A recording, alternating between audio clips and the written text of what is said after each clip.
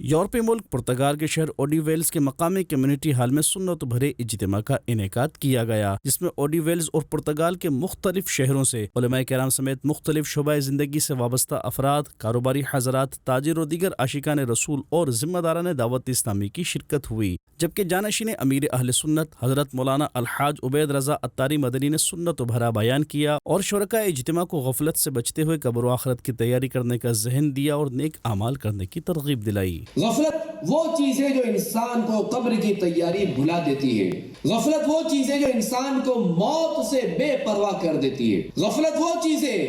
جو انسان کو میدان محشر کے ہولناک مراحل بھلا دیتی ہے، غفلت وہ چیز ہے جو انسان کو حساب کتاب کی سختی سے بے نیاز کر دیتی ہے۔ دوران اجتماع جانشین امیر اہل سنت نے اسلامی بھائیوں کو سلسلہ عالیہ قادریہ رضویہ عطاریہ میں داخل کر کے امیر اہل سنت کا مرید بنایا۔ اس کے بعد مولانا حاجی عبید رضا عطاری مدنی نے دعا کرائی، اے اللہ ہمیں لمحہ بھر بھی جہنم میں داخل نہ فرمانا،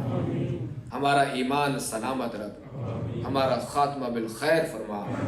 اور پھر سنت برے اجتماع کے اختتام پر صلاۃ و سلام پڑھا گیا۔ نیز سنت برے اجتماع کے بعد جانشین امیر اہل سنت سے خوش نصیب عاشقان رسول نے ملاقات کی سعادت پائی۔ دوران ملاقات حاجی عبید رضا عطاری مدنی نے اسلامی بھائیوں کے سروں پر امامہ شریف بھی سجایا۔